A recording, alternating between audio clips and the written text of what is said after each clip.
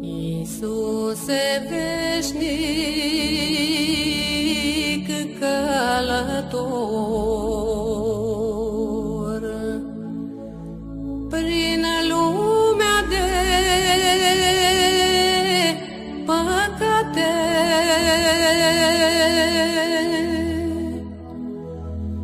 Tu bați străine și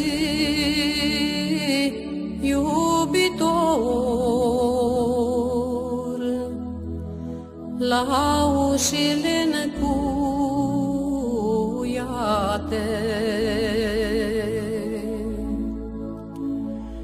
Nimic Tu nu ceri nimănui, când bați și aștepți să vină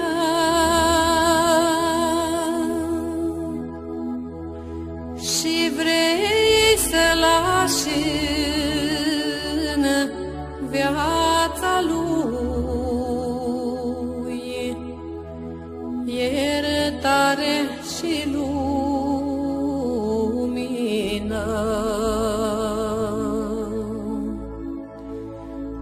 Ai vrea viața Ta să-i dai, căci viața Lui e moartă, dar El stă închis, Tu plângi și stai afară lângă poartă.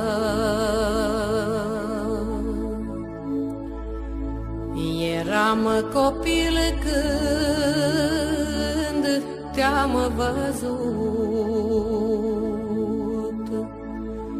și-n poarta mea străine, și să-ți deschid ai tot bătut,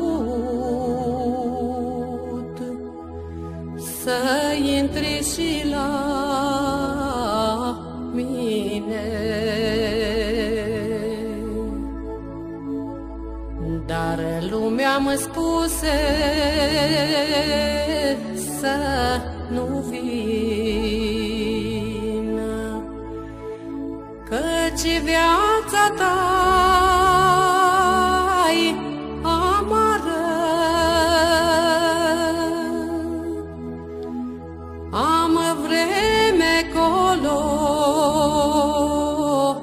mai târziu și Te-am lăsat afară. De atunci trecură ani și rag, pe viața mi amărâtă. Tu mă așteptai, Iisuse drag, la poarta zăvorâtă.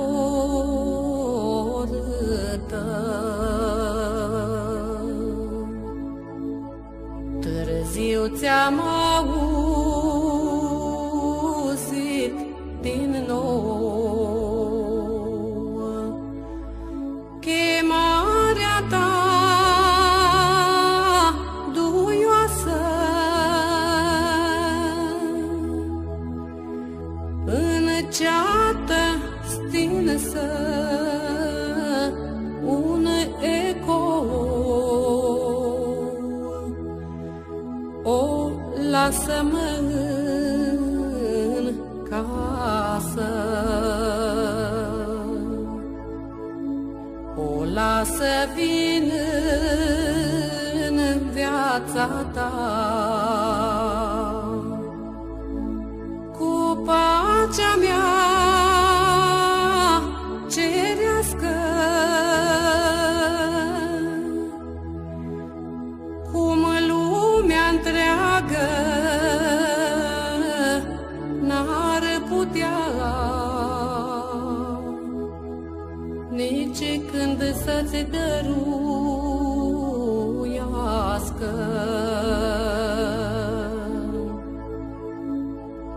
Dar lumea mă spuse să te las afară și astă dată tu iar la ușă ai rămas și ușa-i încuiată.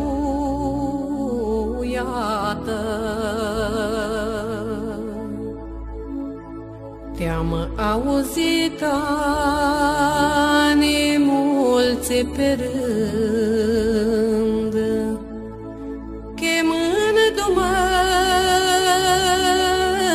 din moarte,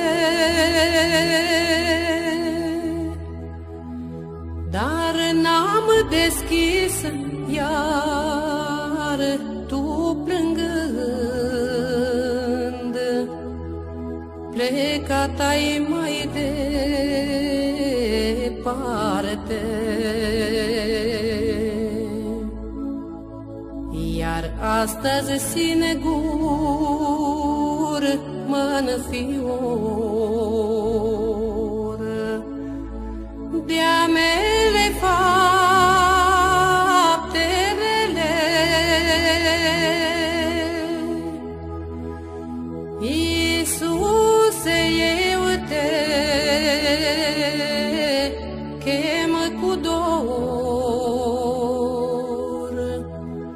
în noaptea vieții mele. Mai vino iar, Iisuse blând, mai bate iar odată.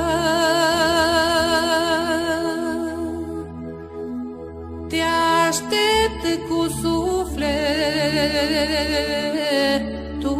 plângând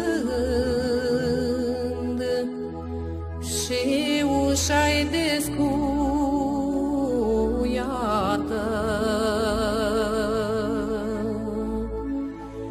Te aștept cu sufletul plângând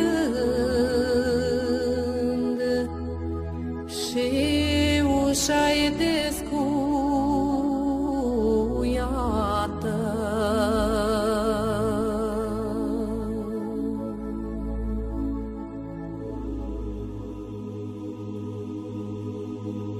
Trăiau odată într-o căsuță o mamă cu băiatul ei și se bucură beata mamă că era lângă fiul ei. Sărmana fiind credincioasă, spunea băiatului mereu de-a lui Iisus jertfire sfântă, de patima și chinul său.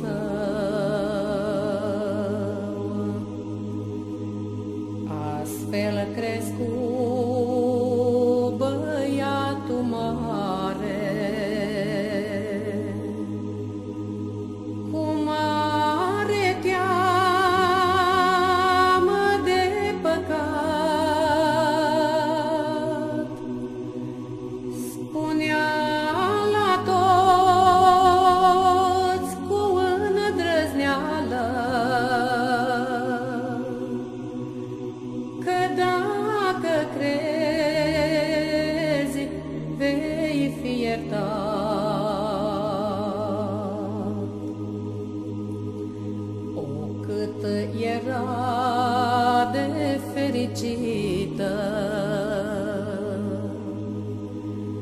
Măicuța lui când îl vedea, că în fiecare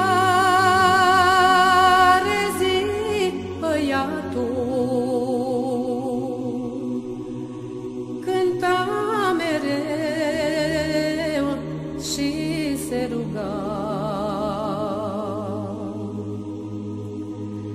Dar când el se făcu mai mare,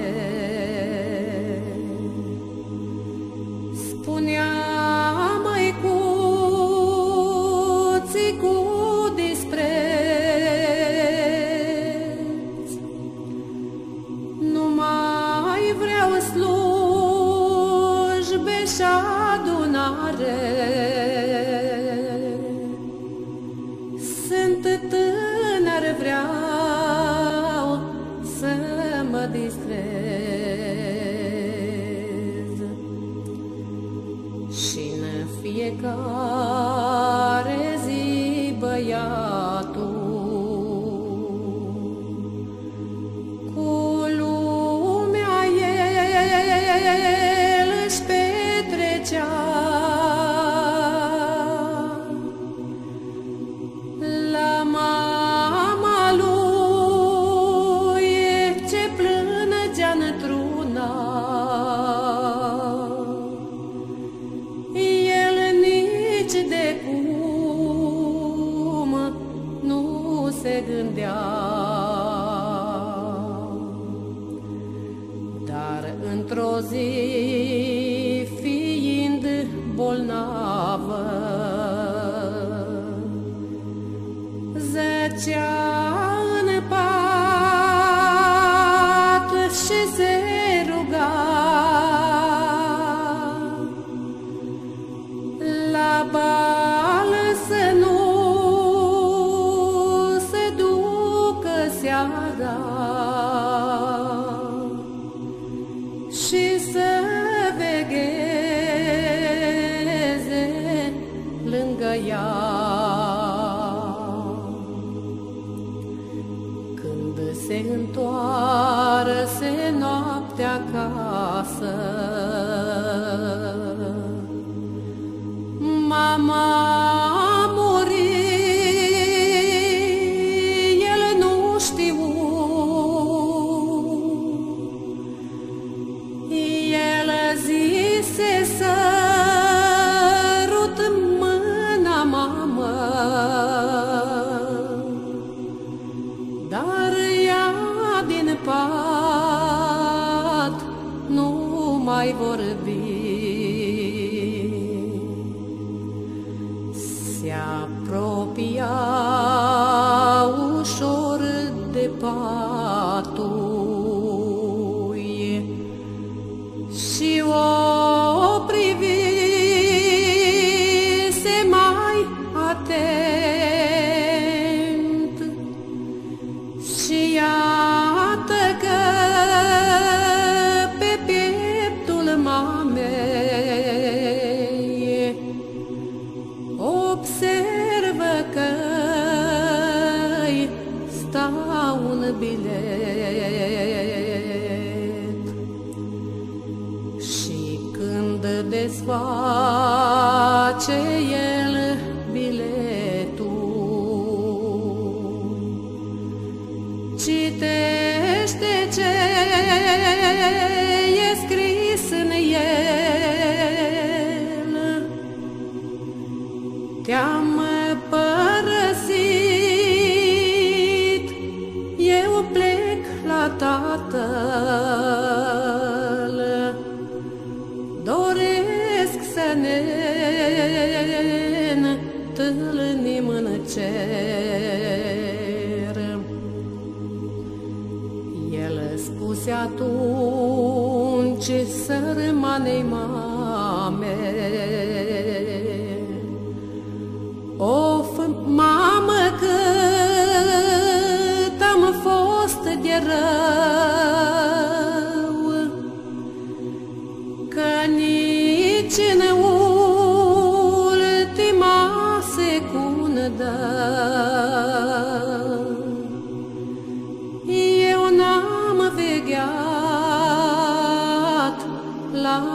capul tău. În clipa asta, mamă scumpă, mă hotărăsc pentru Iisus și ne vom revedea în ceruri, așa cum în bilet ai scris. Și ne vom revedea în ceruri, așa cum în bilet ai scris.